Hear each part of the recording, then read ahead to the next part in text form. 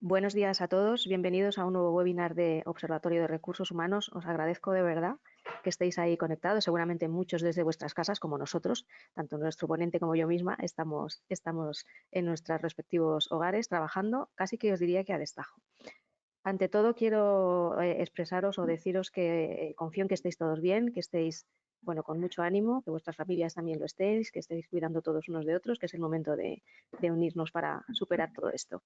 Nuestro webinar de hoy tiene muchísima gente inscrita. Ya llevamos, lo veo, voy viendo cómo van cayendo, 101, 102, 103. Todos estáis conectados. Muchísimas gracias por buscar este hueco. Vamos a hablar de experiencia empleado 2030, perdón, y para ello tenemos a Jorge Raiz, él es director de Reward and Performance de AON, empresa con la que colaboramos muchísimo y que es experta en este y en otros muchos temas, como vosotros sabéis. Jorge, te cedo ya la palabra y yo me pongo en mute. Os recuerdo, eso sí, que nos podéis ir enviando preguntas. Si ya las tenéis, me las podéis ir pasando y si no, a medida de la presentación de Jorge. Y una vez que acabemos, os enviaremos tanto la grabación de este webinar como la presentación que utilice nuestro ponente. Pues ahora sí, Jorge, todo tuyo. Muchas gracias, Maite. Buenos días a todos y igualmente me sumo al agradecimiento de Maite por estar aquí y por escucharnos. Me imagino efectivamente que muchos de vosotros estaréis en remoto, trabajando desde vuestras casas, aprendiendo, aunque ya trabajábamos en remoto, me imagino muchos de nosotros, pero bueno, es una nueva forma de trabajar, ¿no?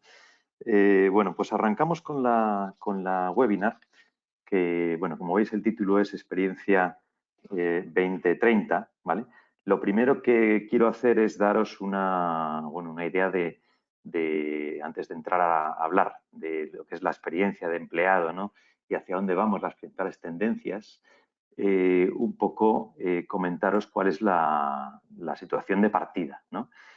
Eh, bueno, a ver, esta webinar lógicamente ha sido preparada pues no en los últimos 5 días ni 20 días. Digamos que el contenido llevamos tiempo trabajándolo y lógicamente pues dentro del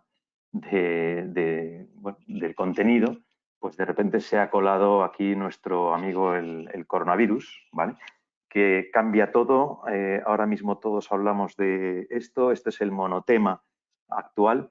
Y bueno, yo quería, antes de arrancar con el contenido de la webinar, daros una noticia o una visión de futuro, que esto va a pasar. Fijaos, esto es de ayer, ¿vale?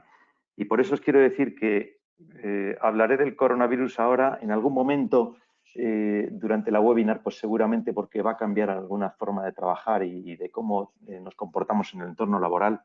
Pero fijaos lo importante, lo que sacó Goldman Sachs ayer, diciendo, bueno, obviamente esto va a tener una repercusión este año 2020, pero si hablamos del 2021 y miramos al futuro, va a ser una V total. Estamos hablando de que 2021 Goldman Sachs está estimando un crecimiento para España del 4,3%, ¿vale?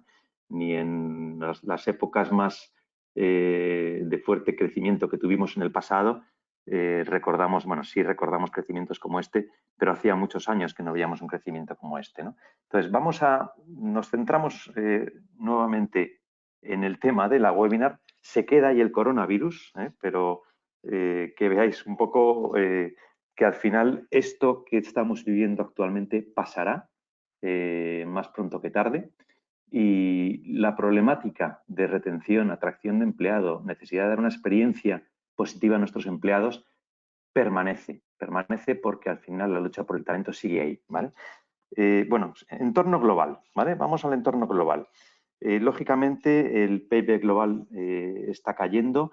Antes del coronavirus, China crecía al menor ritmo desde el año 91, fijaos, estamos hablando del nivel más bajo en los últimos 29 años de crecimiento, y la zona euro, bueno, a nivel global, pues también el mundo estaba creciendo a un nivel, pues, más lento que lo que estábamos acostumbrados en años anteriores, ¿no? También el escenario político, social, nacionalismos, activismos, todo el tema el activismo muy vinculado también a la parte de medio ambiente principalmente, aunque también muy presente en la parte de igualdad Y no solamente igualdad entre hombres y mujeres, también igualdad en otros aspectos, ¿no? Bueno, como ya sabemos, todo lo que es buscar la igualdad en cuanto a nuestros empleados, en cuanto a creencias, en cuanto a orientación sexual. Bueno, al final, pues que haya un criterio de igualdad en nuestras empresas, ¿no? Bueno, pues todo ese activismo también avanza, populismos, bueno, en fin, todo lo que estamos viendo también desde el punto de vista de la digitalización, ¿vale? Fijaos que, y esto sí que es cierto, hay noticias y hay informes que dicen que en los próximos 15 años, estamos hablando de 2035, 2000, pero el 47% de los empleos actuales serán realizados por robots y computadoras dotadas de inteligencia artificial, ¿no?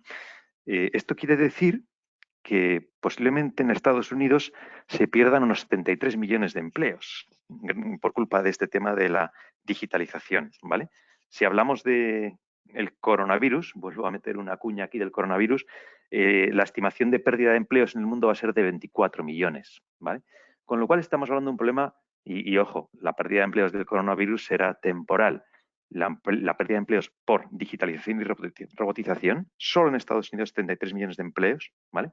Estamos hablando de algo que permanecerá, con lo cual estamos hablando de un problema mucho mayor, que va a ser mucho más gradual, no va a ser tan repentino como el tema del coronavirus, pero es algo que nos va a afectar y de una forma mucho más intensa que lo que estamos viviendo ahora mismo, ¿vale? Fijaos también un poco por lo que cómo cambia el mundo, ¿no? Por ejemplo, por un ejemplo en cuanto a la digitalización y robotización, ¿no? Las mejores épocas de empleo de General Motors estaban empleando más de 600.000 personas, ¿no? Si hablamos de un Tesla, hoy en día emplean 30.000 empleados, con lo cual todo lo que es la robótica, lógicamente está lógicamente impactando en nuestros entornos laborales, ¿no? Y la robótica, ojo, no estamos hablando solamente de ese brazo robótico que es capaz de montar una rueda en un coche, ¿no? Estamos hablando también de robotización que no es solamente física, estamos hablando de robotización también de procesos, es decir, la facturación, la atención al cliente, bueno, una serie de procesos que ahora mismo se están robotizando también en las empresas. Hablamos esto viene además vinculado a la capacidad de computación, ¿vale? Que aumenta, bueno, esto, ¿sabéis la ley de Moore que decía que cada 24 meses se incrementaba un 100% la capacidad de computación? Esta ley de Moore hoy está limitada por ya el tamaño de los transistores, el calentamiento de la máquina, pero de repente surge la idea ahora mismo pues, de la computación cuántica, ¿no? Que está cerca. Bueno, pues sigue en marcha una capacidad de computación que nos va a permitir que la inteligencia artificial esté cada vez más presente en nuestros entornos laborales, ¿no? Bueno, esto sería un poco el entorno que nos lleva a una nueva normalidad, que es lo que llamamos la incertidumbre. Es decir, ya no tenemos escenarios estratégicos en empresas a 5 años, ya no se ven. Lo más que se ve yo creo que es a 3, 4 años como mucho. Y ya cuando hablamos de 3 años vista nos parece pues un horizonte demasiado lejano muchas veces, ¿no? ¿Qué es lo que está ocurriendo hoy? Bueno, lógicamente, como consecuencia de esto que estamos hablando, pues nos faltan perfiles cualificados.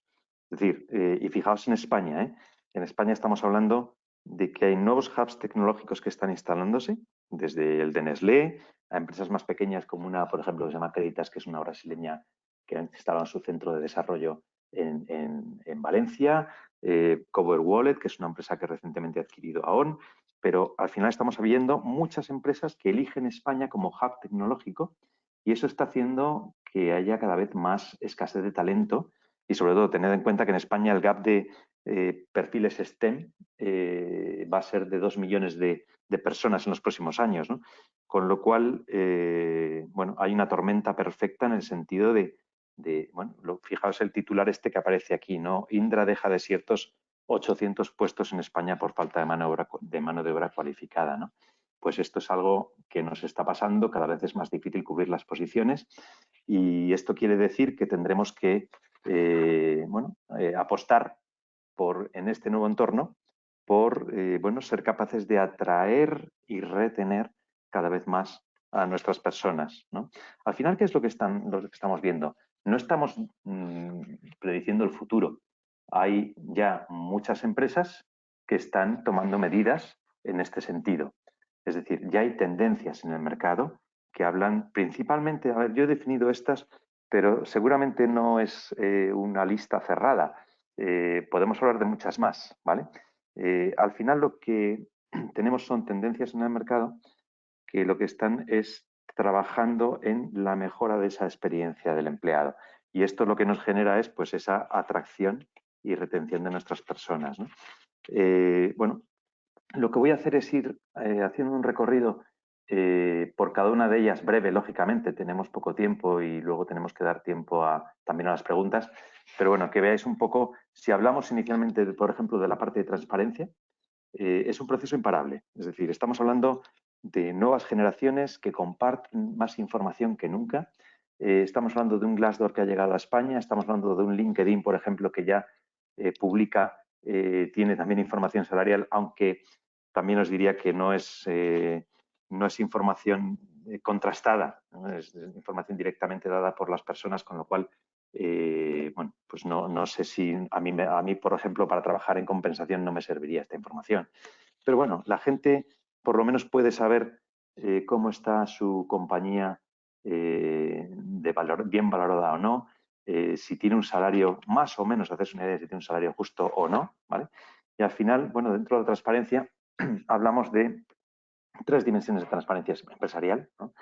Uno que sería la opacidad en retribución, perdón, puede dar lugar a inequidades, ¿no? Al final, tened en cuenta que las nuevas generaciones comparten información, con lo cual si somos muy opacos o no hay equidad salarial, podemos tener un problema, ¿no? También es importante el informar a la gente cómo va a evolucionar en sus carreras y hacer una comunicación honesta y transparente, ¿no? En base a generar ese entorno de trabajo productivo, ¿vale?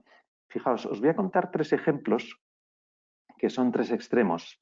Uno es una empresa que se llama Buffer, ¿vale? Que es una empresa, es una plataforma de gestión de redes sociales, ¿vale? No, tampoco es que sean muchos empleados, pero es simplemente el ejemplo bueno, de iniciativas que han llevado a cabo algunas empresas, ¿no?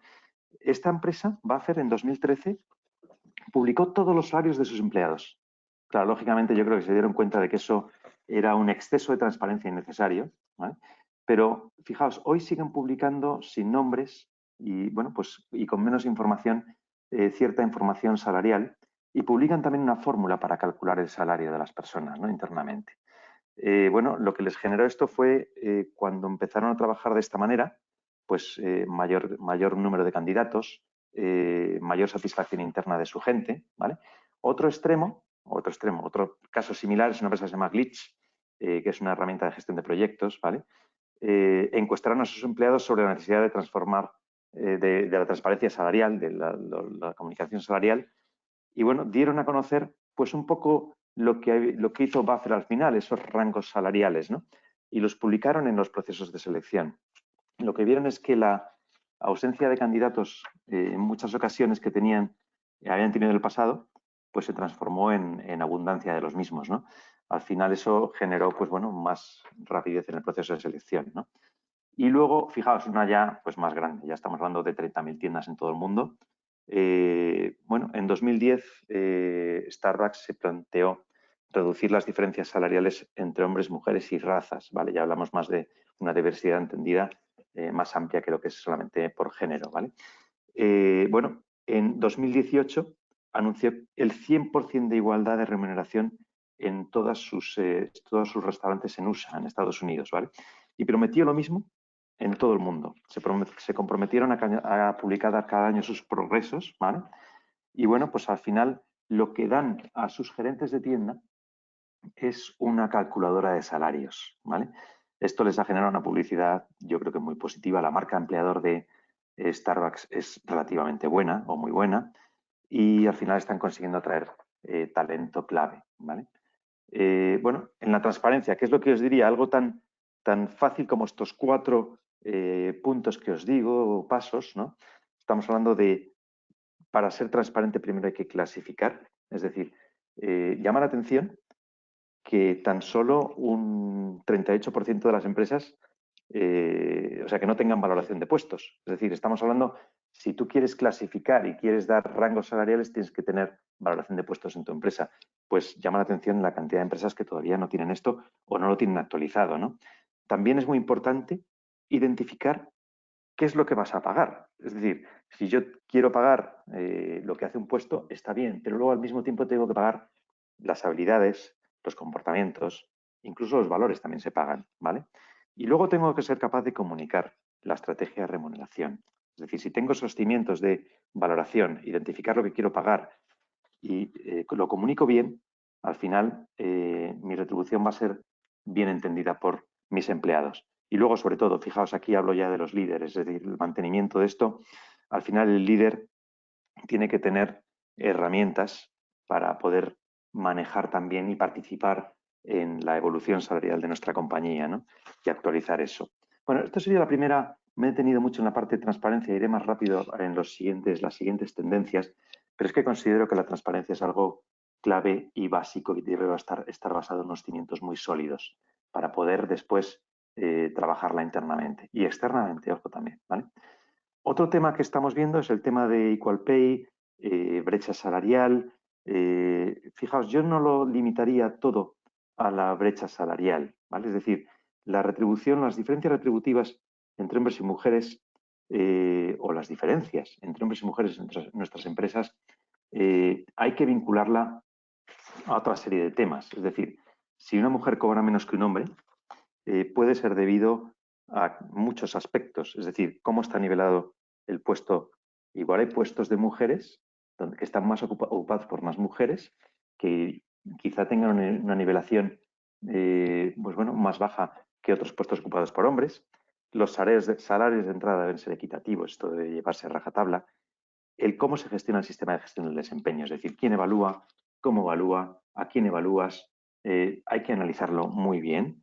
El liderazgo debe ser inclusivo, debemos convencer a las mujeres de que pueden ser buenas líderes, con lo cual también tenemos que trabajar en ese aspecto, ¿no? La formación y el desarrollo debe ser, es decir, fijaos aquí una serie de aspectos que estamos hablando en lo que sería la igualdad entre hombres y mujeres en nuestras empresas, que es algo que yo creo que el mercado ya no lo perdona. Es decir, si nosotros tenemos una empresa que de alguna manera se sabe que no es equitativa e igualitaria entre hombres y mujeres, ni nuestros empleados ni el mercado nos lo van a permitir. Con lo cual es algo que tenemos que abordar desde un aspecto amplio, en el sentido, por amplio me refiero que no solamente analicemos la brecha salarial.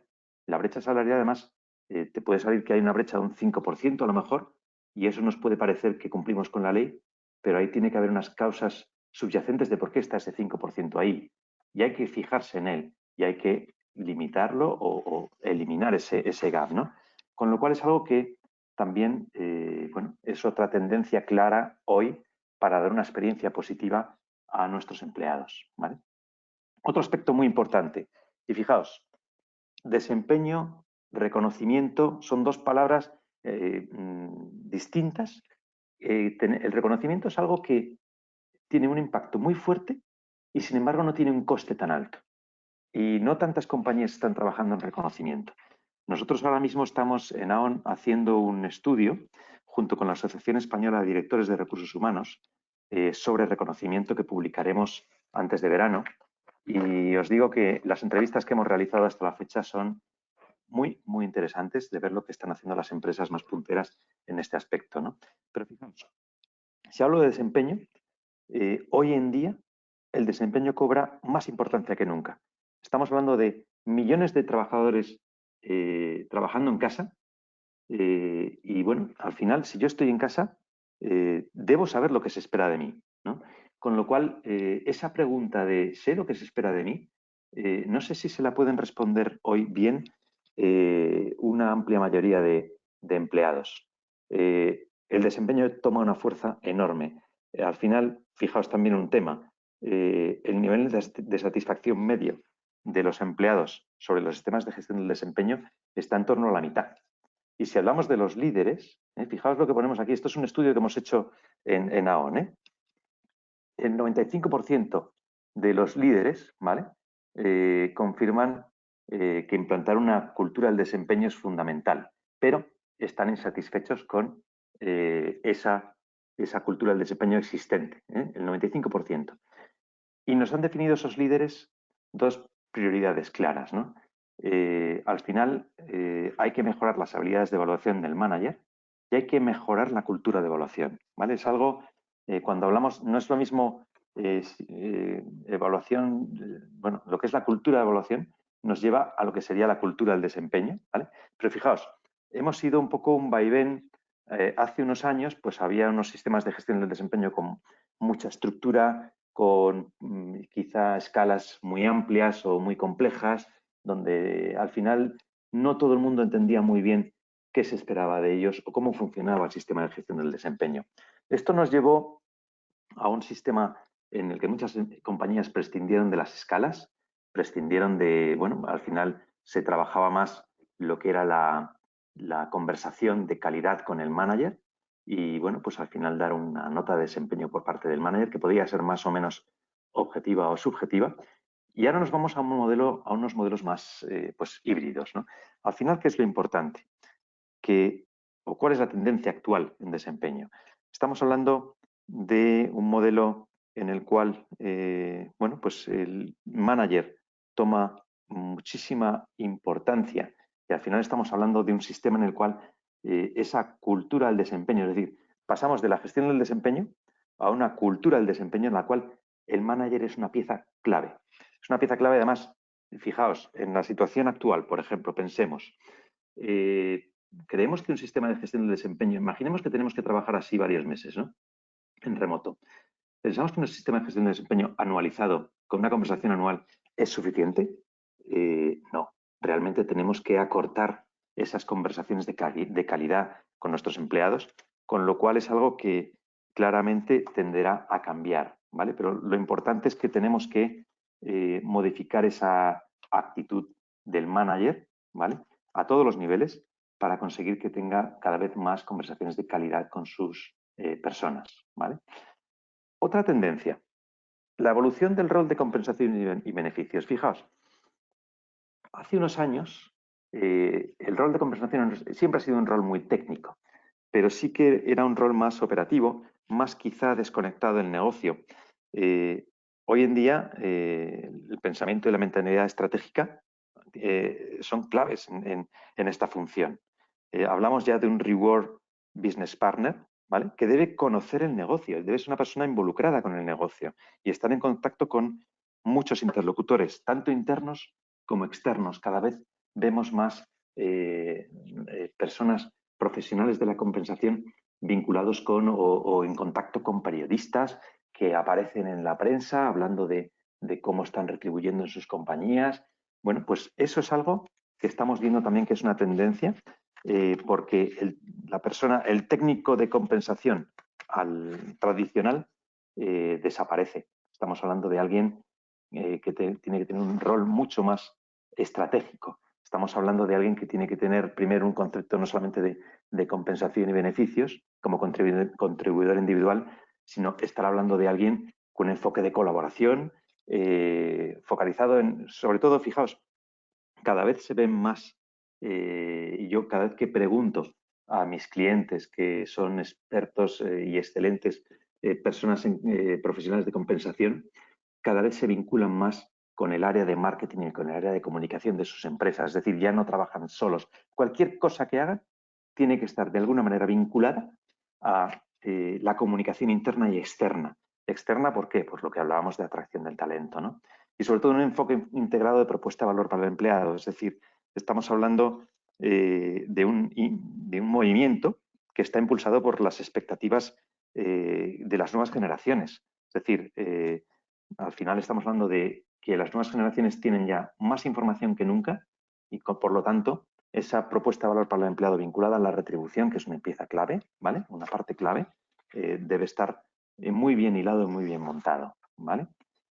Otra tendencia. Hablemos de digitalización. La palabra mágica, yo creo, clave que todos estamos escuchando en nuestras empresas. A ver, el proceso de digitalización ya no es algo que afecta a una startup o a empresas pequeñas que crecen en un garaje. No, el proceso de digitalización nos afecta a todos. Fijaos una frase de Jack Welch que me gusta mucho, de General Electric, que decía: cuando el ritmo de los cambios dentro de la empresa es superado por el ritmo de los cambios fuera, el final está cerca. Bueno, pues esto es algo que todas las empresas están viendo, como sea cual sea su sector, la banca, la distribución, muchísimos sectores están viendo cómo hay elementos disruptivos dentro de sus mercados, por nuevos participantes en esos mercados, que están haciéndoles cambiar. La cuestión es ir por delante de ese cambio, ¿vale? Es decir, al final estamos hablando de que hace falta una estrategia digital, hace falta una inversión también, es decir, sin inversión no hay transformación, y luego una preparación de nuestras personas. Es decir, al final estamos hablando de que nuestra estructura debe ser ágil, todo lo que son los entornos Agile, que estamos también cansados de escucharlos. Y ojo, el entorno Agile no significa, no es necesariamente la panacea, no todos los procesos están preparados o todas las empresas están preparadas para funcionar en Agile, pero sí es cierto que puede ser muy beneficioso en algunos campos, ¿no? Y en algún tipo de proyecto. Entonces, trabajar una estrategia de digitalización, una inversión en herramientas, hay nuevas herramientas para poder trabajar los equipos digitales, y luego, lógicamente, tenemos que ser conscientes de que igual no toda nuestra gente está preparada para trabajar en un entorno digital, por lo tanto, tenemos que enseñarles a ello y buscar los mejores recursos para afrontar los proyectos digitales. Fijaos, me voy a centrar también ya que estamos hablando con personas de recursos humanos. Esto es un estudio reciente que ha hecho nuestro partner de referencia de KeyTalent en cuanto a digitalización de procesos de recursos humanos. Fijaos en el gráfico de la izquierda. Tan solo 1 de cada 4 empresas considera que cuenta con un elevado nivel de digitalización, ¿vale? Es decir, estamos hablando de que hay un campo, un recorrido enorme en digitalización en recursos humanos. Muchos hablaremos de digitalización en la parte de selección, que quizás sería lo más habitual, ¿no? Es decir, pues si tengo una empresa, dependiendo un poco del sector, claro, pero en sectores donde son bastante intensivos en selección, lógicamente, pues parece que lo que tenemos en esta gráfica nos lleva a que hay mucho recorrido por hacer también, ¿vale? Es decir, estamos hablando de que un 44 más casi un 74% de las empresas basan sus procesos en la revisión y las killer questions. Al final, bueno, pues lógicamente veis que tenemos mucho recorrido, no solamente en selección, también podemos hablar en evaluación online, sí se ha avanzado bastante también, en formación online desde hace muchos años, y luego lo que sería la parte de contenidos gamificados, ¿vale? Esto es un poco lo que ha detectado esta encuesta, ¿vale? Que veis que, bueno, lógicamente, si hablamos de digitalización en recursos humanos y pensamos en cómo están nuestros procesos, vemos que tenemos seguramente mucho recorrido todavía, ¿no? Bueno, otro tema interesante, más beneficios, más personalización. Estamos hablando de que confluyen en el mercado laboral, en nuestras empresas, 4 generaciones distintas. Una más preocupada, los baby boomers, por el liderazgo. Todos, bueno, siempre hay una serie de estereotipos, ¿no?, para cada una de ellas. Yo creo que todos tendemos a parecernos bastante, sinceramente. Creo que al final la permeabilidad de sentimientos y de preferencias entre generaciones se produce, y lo que quizá la generación X no se nos hubiera ocurrido pensar hace 10, 15 años, pues ahora pues tenemos ciertas cosas de los millennials, ¿no? Y eso yo creo que es bueno. Creo que es bueno que más o menos coincidamos todos, y esto lo que nos lleva es a una serie de tendencias en las cuales, pues por ejemplo, la parte de beneficios y personalización, estamos hablando, pues fijaos, os doy un ejemplo. La Caixa tiene 60 beneficios para sus empleados distintos. Os podéis imaginar la locura. En Estados Unidos ya hay beneficios nuevos, bueno, en Estados Unidos, en mercados muy dinámicos, hay beneficios nuevos que estamos viendo que irrumpen en el mercado. Algunos que quizá culturalmente en España no serían muy de aplicación, pero nunca se sabe. ¿Os acordáis bueno, suena de vez en cuando el famoso Bring Your Pet to Work, pues llévate tu mascota a trabajar, ¿no? Bueno, pues esto a mí me daría, bueno, un poco qué mascota, ¿no? Porque ahí habría que definir un poco qué es eso, ¿no? Ya hay empresas que han definido el tipo de mascota y lo han metido dentro de su política, ¿eh?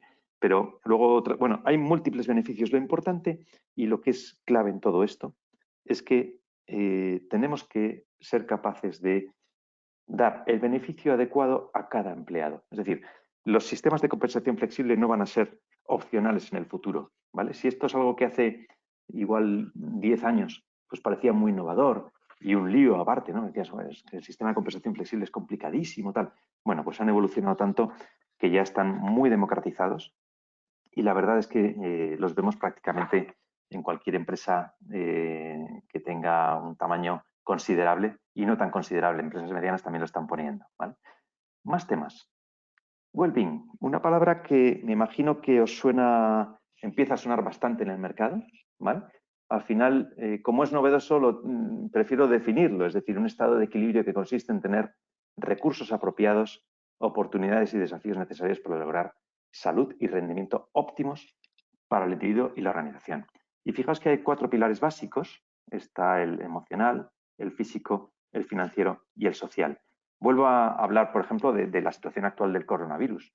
El pilar emocional está tomando una importancia enorme estos días. ¿Por qué? Al final tenemos que ser capaces de enganchar a nuestras personas, de mantenerlos activos, de mantenerlos emocionalmente sanos. Bueno, pues todo esto son pilares en los cuales se están basando y focalizando muchas empresas, ¿vale? Fijaos, ponemos aquí un 58% de las empresas ya están trabajando en estrategia de well-being, ¿vale? Con lo cual es algo que, más allá de una tendencia futura, es algo novedoso, pero que ya está aquí, ¿vale? Entonces, ¿qué es lo que podemos esperar de nuestro futuro? Al final, el 60% de las empresas van a tener y ya tienen dificultades para cubrir vacantes, ¿vale?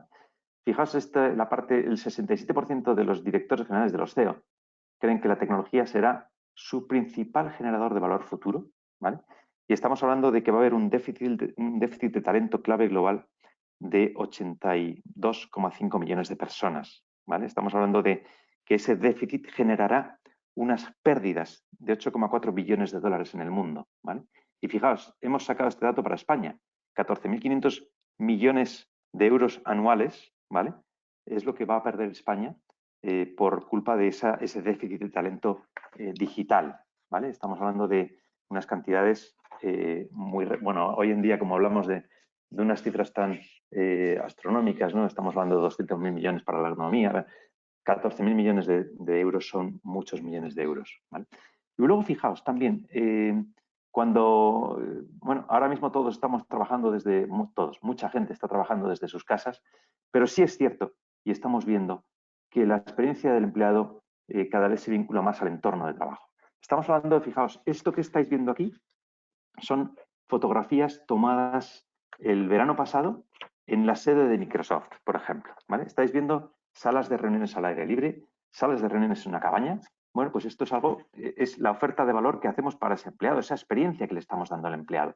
Cada vez estamos visitando o viendo más oficinas donde realmente da gusto trabajar, donde de hecho estar trabajando en casa ahora para muchas personas que tienen un centro de trabajo, una oficina de este tipo, pues puede ser un hándicap también, porque en realidad estamos mejor en la oficina, ¿vale? Y esto puede ser una frase un poco arriesgada decirla, pero es cierto, ¿vale? Fijaos también los entornos digitales, los entornos agile, ¿vale?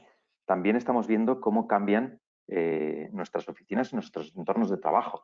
Lógicamente, bueno, esto que estáis viendo aquí son fotografías tomadas directamente en Boadilla del Monte, en Santander, en Banco Santander, ¿vale? Algo, diríamos, un banco tan novedoso como el Santander, o sea, tan novedoso, tan tradicional, pero al mismo tiempo novedoso. Pues fijaos cómo tienen su forma de trabajar en Agile, bueno, pues todo pues, totalmente abierto, con lo que llaman los squads, que serían estas mesas focalizadas en determinadas actividades.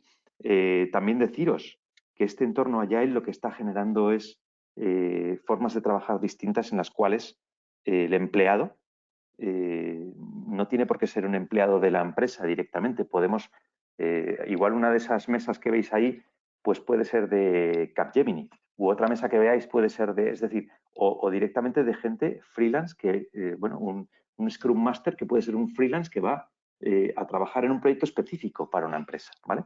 Con lo cual, la experiencia del empleado no solamente es para nuestro empleado, sino para la gente que está trabajando con nosotros de una manera que pueda trabajar de una manera puntual con nosotros, ¿vale? Bueno, unas últimas imágenes de ejemplo, ¿no? Lo que veis a la izquierda es la sede de Desigual en Barcelona, una sede espectacular, me parece un sitio muy agradable para trabajar. Lo que veis abajo es la sede de Aon en el Reino Unido.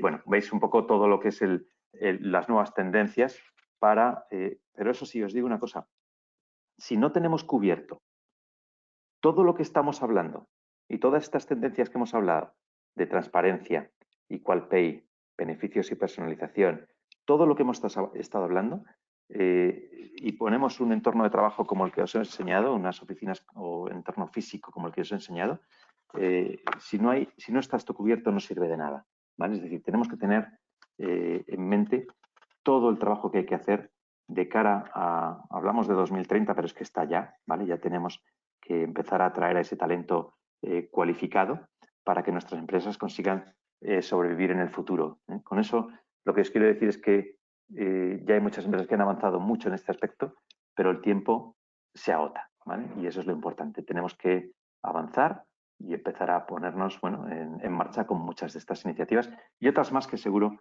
que irán surgiendo, ¿vale? Bueno, he querido daros un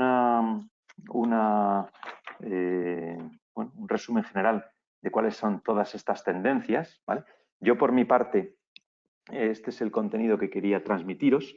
Espero que os haya resultado interesante. La verdad es que he visto y sigo viendo muchísimos asistentes dentro de la webinar, es decir, no ha decaído el interés, con lo cual me alegro muchísimo y os agradezco mucho vuestra permanencia durante toda la ponencia. No sé si tenéis alguna de la palabra, Maite. Sí, pues te felicito, Jorge, porque es verdad, o sea, estáis todos conectados desde el principio hasta ahora. Hay 3 personas que han abandonado, nada más. O sea, esto es una muy buena noticia. La verdad es que, y de hecho tengo bastantes comentarios acerca de la exposición. La verdad es que ha sido magnífica y diferente, porque es verdad que también estamos a veces acostumbrados a escuchar siempre lo mismo de lo mismo. En esta ocasión no ha sido así, Jorge, te lo aseguro. Voy con algunas Muchas preguntas. gracias. Mira, por ejemplo, hay una persona que nos dice que cuando hablas de cifras, por ejemplo, en temas de well-being hablas de un 58% de empresas que están trabajando ya en este tema, pero quiere saber qué tipo de empresas. Ella en concreto es de Castilla y León y dice aquí poco. Claro. Me imagino A que ver, te referirás sobre todo a compañías más grandes. En empresas más pequeñas sí. también, ¿qué tips se les puede decir para empezar a trabajar estos temas? A ver, las cifras, lógicamente, muchos de los análisis que hacemos en AON proceden de AON a nivel internacional. Por lo tanto, os podéis imaginar que efectivamente proceden de empresas muy grandes, de empresas que, bueno, pues que tienen una tradición muy, muy potente o muy puntera en recursos humanos, en gestión de personas. Lógicamente, puede ser que el well-being suene como algo excesivamente novedoso en empresas a lo mejor en España más locales o más pequeñas, pero no por ello debemos despreciar el término. Es decir, debemos empezar a trabajar en well-being, empezar a analizar cuáles son esos 4 pilares que hablábamos antes, ¿no? De empezar a dar soporte y apoyo a nuestras personas. Yo empezaría como tips, ¿no? Ya que hablábamos de un tip, empezaría a ver qué significa cada uno de estos 4 pilares y empezar a no aplicarlos todos en bloque, porque igual es un poco excesivo, pero sí empezar a trabajar en alguno de ellos, ¿vale? Con nuestros empleados. De tal manera que podamos decir, hemos empezado con el well-being.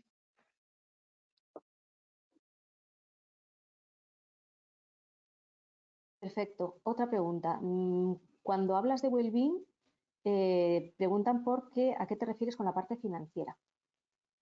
Sí, muy importante.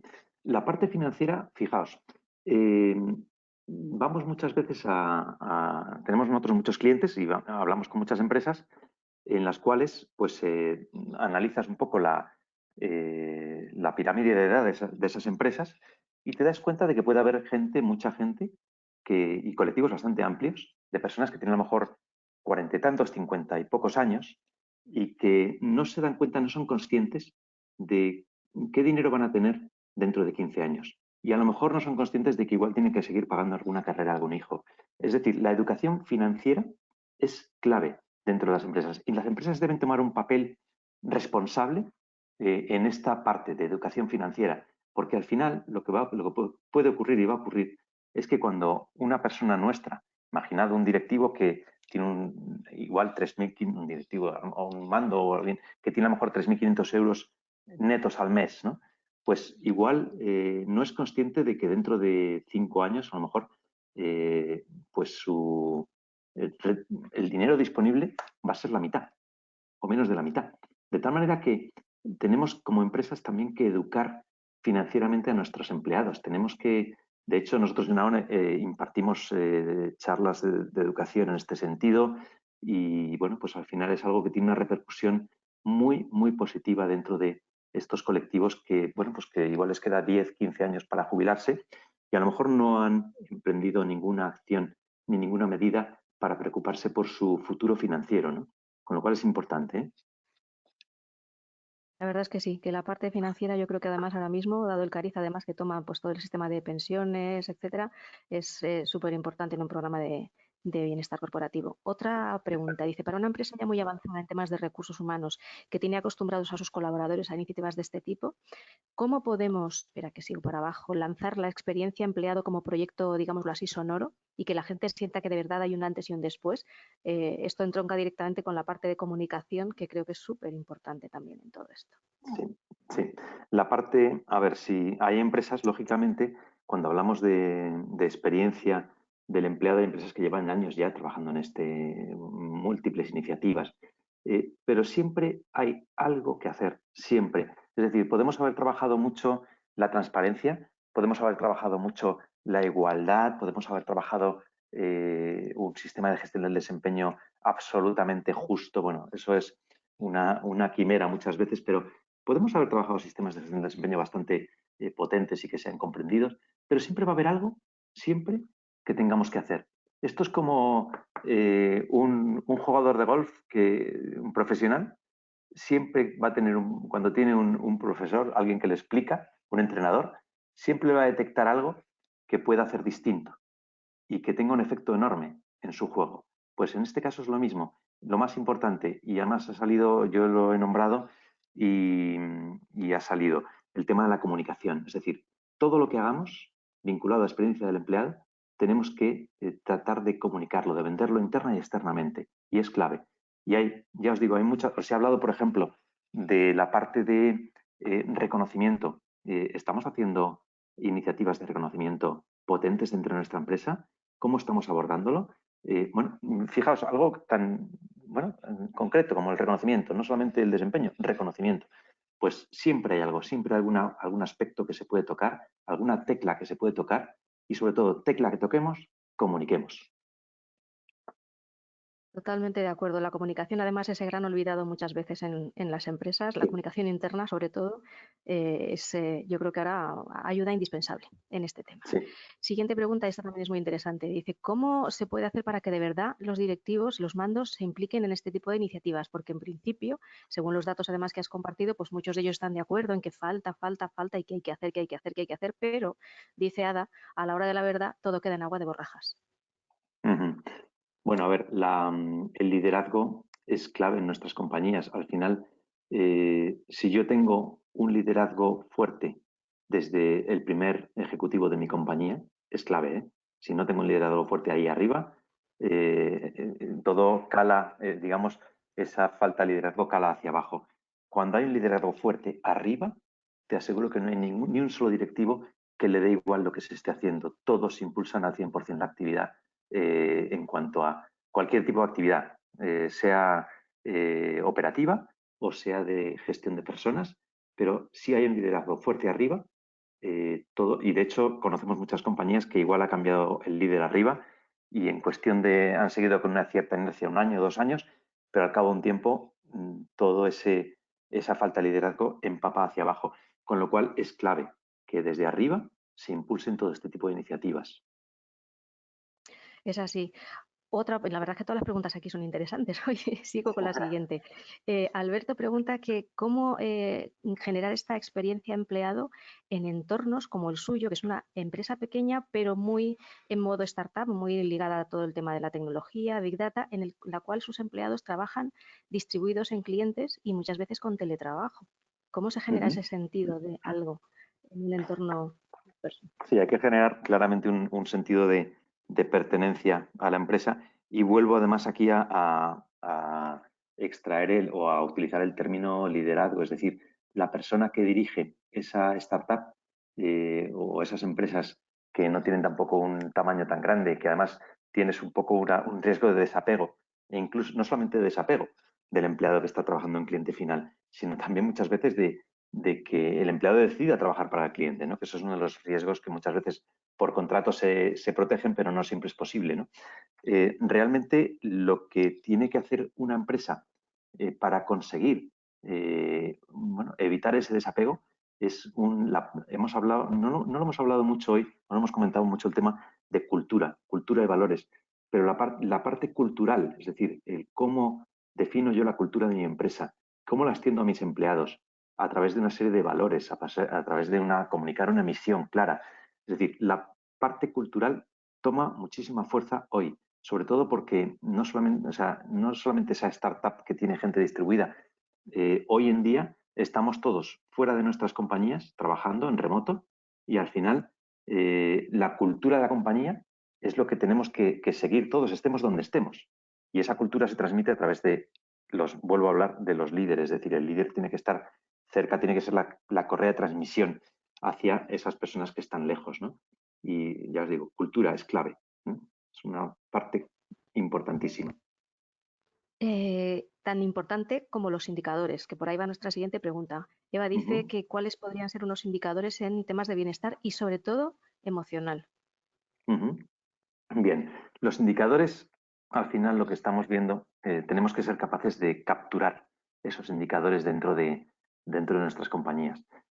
Una forma interesante de capturarlos, bueno, cuando hacemos encuestas de compromiso, que casi todas las empresas hacen encuestas de compromiso, lo que antes se llamaba de clima, ahora compromiso, al final podemos capturar esos indicadores en ese tipo de encuestas, ¿no? A través de bueno, preguntas que nos ayuden a detectar la efectividad de las medidas de well-being. ¿Cuál es tu opinión sobre el reconocimiento más valorado y que más puede impulsar con diferencia el engagement? El reconocimiento más valorado. Sí, ¿A qué, ¿cuál a qué podría se ser? refiere? Yo creo que lo que te preguntan es por alguna recomendación en materia de reconocimiento, Vale. algún ejemplo de reconocimiento que sea diferencial. A ver, es que el reconocimiento estamos viendo muchos ejemplos, pero lo que sí es cierto es que el reconocimiento al final se está trabajando en una serie de factores como, bueno, al final no es un tema que cueste, no tiene por qué costar mucho dinero el reconocimiento, ¿vale? No es algo que tenga que costar mucho dinero, pero sí que lo que trata es de manera permanente, es decir, pues a lo mejor cada mes, cada 2 semanas, tener una actividad de reconocimiento dentro de nuestras empresas, ¿no? Y normalmente, muchas veces, lo más fácil muchas veces es reconocer pues aspectos tangibles como puede ser venta, pero muchas veces también se trata de reconocer a lo mejor trabajo en equipo, compañerismo, unos valores, y eso se hace a través de las personas, es decir, los empleados, es decir, las personas que forman parte de un equipo, son los que deben reconocer a sus pares en aspectos determinados. Sobre todo, tenemos que identificar, eso sí, qué es lo que queremos reconocer, ¿vale? Pero quien reconoce normalmente, cuando hablamos de reconocimiento, son los pares. No, ya no estamos hablando, cuando hablamos de desempeño, puede reconocer más a lo mejor el líder o el jefe, pero el verdadero reconocimiento viene de los pares. Ujú. Ahora, por ejemplo, a mí me hablaban de reconocer el trabajo dentro de las organizaciones de determinadas áreas que están facilitando, por ejemplo, que toda la compañía se adapte a esta nueva circunstancia. Pueden ser áreas, por ejemplo, de TI o la propia de recursos humanos, que ahora mismo, pues bueno, es de las Exacto, más, digamos, revolucionadas, ¿no? En esto. Siguiente exacto. pregunta. ¿A qué otras disciplinas se están abriendo los gestores de recursos humanos que trabajan experiencia del empleado como método de trabajo? ¿A qué otras disciplinas? Sí. Bueno, la verdad es que más disciplinas de las que estamos hablando. Yo he tratado de recoger ampliamente casi todo lo que yo veo en lo que se está trabajando, ¿vale? Más disciplinas, pues de momento yo creo que es bastante amplio el espectro de disciplinas que he comentado. No veo así ninguna más que, o sea, si no lo hubiera comentado también. ¿Sabes? No, No yo creo que sé. está que lo has desglosado de manera muy completa, muy Si 360 hay alguien grados. que, si hay alguien que se le ocurra alguna más, pues la puede compartir porque así nos enriqueceremos todos. Ujú. Preguntan también, por ejemplo, si conoces alguna compañía en la que este equilibrio de pilares que has comentado se acerque no a lo perfecto, pero bueno, a lo correcto o a lo ideal. Y que en el caso de que conozcas alguna, si puedes compartir cuáles han sido los factores críticos claves de éxito. A ver, la verdad es que compañías donde estemos hablando por pilares, ¿hablamos de los pilares de well-being o de los pilares de la experiencia de empleado? Todo lo que estamos hablando de experiencia de empleado. Experiencia De la empleado. experiencia, vale. Vale. A ver, yo conozco bastantes compañías donde se trabaja mucho la experiencia de empleado. Fijas, un ejemplo interesante pero es que os puedo decir una y sería injusto porque es que hay muchas que están trabajando muy bien en este aspecto. Pero fijaos, hay una, por ejemplo, que se me viene a la cabeza que es Mau, por ejemplo. Mau, la verdad es que trabaja muy bien la experiencia de empleado. Incluso, fijaos, en Mau hay una posición directiva que es directora de felicidad. O sea, fijaos, ser capaz de crear esa posición eh, hace falta darle mucho contenido. ¿Eh? Y bueno, pues os digo, yo por ejemplo, sí que empresas, por hablar de una empresa española que todos conocemos, bueno, que sabemos cómo evolucionó en los últimos años, pues Mau me parece una empresa muy interesante en ese sentido, ¿no?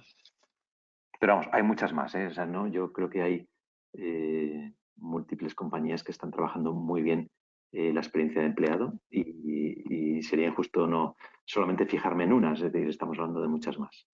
Es así. Nos preguntan también por fórmulas para crear una buena cultura de feedback. Importantísimo Pues, también. pues fórmulas para crear una buena cultura de feedback, lo importante es que caiga desde arriba, desde el primer ejecutivo de una compañía y que la cultura de feedback se implemente. Al final, lo importante en la cultura de feedback es focalizarse en pocos aspectos, es decir, no ser demasiado ambiciosos, ¿vale? Es decir, estamos hablando de que todo el mundo entienda cuál es la cultura y cuáles son sus métricas, dar claridad sobre la estrategia y la visión a la gente, a los empleados, y luego concentrarse en pocos cambios, es decir, no más de 5 aspectos a cambiar en los próximos 12, 18 meses, ¿vale? Y luego integrar esos esfuerzos de cambio, de cultura, en los procesos de negocio, ¿no? En los procesos diarios de negocio. Fijaos, yo os recomiendo, hay un artículo de la Harvard Business Review que habla de esto, que se llama Tres pasos para una cultura de alto rendimiento, que lo podéis ver, está publicado en su web y la verdad es que está bastante bien. Y os habla un poco de esto que estoy diciendo, ¿no? Y sí es cierto, la cultura de desempeño al final, si no contamos con esos directivos, es difícil que la consigamos implantar. ¿Vale? Al final pero sobre todo hay que bajarla al día a día y hay que hacerla comprensible y hay que hacer que no sea demasiado ambiciosa en cuanto a el número de aspectos que queremos considerar, ¿no? Totalmente. Ya vamos a ir acabando. Tenemos todavía 3 preguntitas que yo creo que nos da tiempo a contestar. La primera es, Uh-huh. ¿cómo abordar la transparencia salarial cuando en tu equipo tienes empleados de perfiles dispares y con impactos en negocio diferentes? Precisamente, fijaos, hablaba de la valoración de puestos. Es decir, si el impacto de las personas que tengo en mi equipo es muy distinto, su valoración de puestos también será diferente. Y el nivel en el cual caigan será diferente. Y eso ellos tienen que ser conscientes de en qué nivel y en qué, digamos, banda está cada uno dentro de lo que sería la estructura de la organización. Si yo sé que estoy en una banda X y mi compañero está en una banda Y, tengo que saber por qué es y sabré que, pues, lógicamente, gano un sueldo distinto a él o a ella, ¿vale?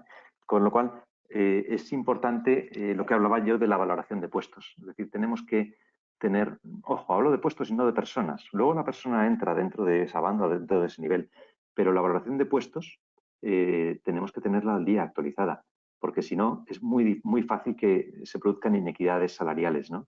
Al final, la sensación de justicia salarial te viene porque los puestos están bien valorados y sus ocupantes son conscientes del trabajo que realizan y la aportación que realizan al negocio.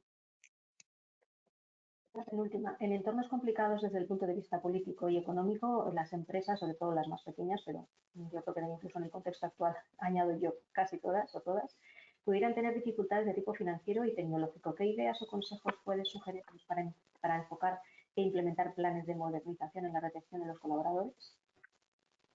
Pues a ver, los planes de modernización es que no nos va a quedar otra. Es decir, estamos hablando de que el proceso de digitalización es un elemento de supervivencia. Y más en la situación actual. Es decir, cuantas más dificultades tengamos, más foco tendremos que poner en la digitalización de nuestros procesos.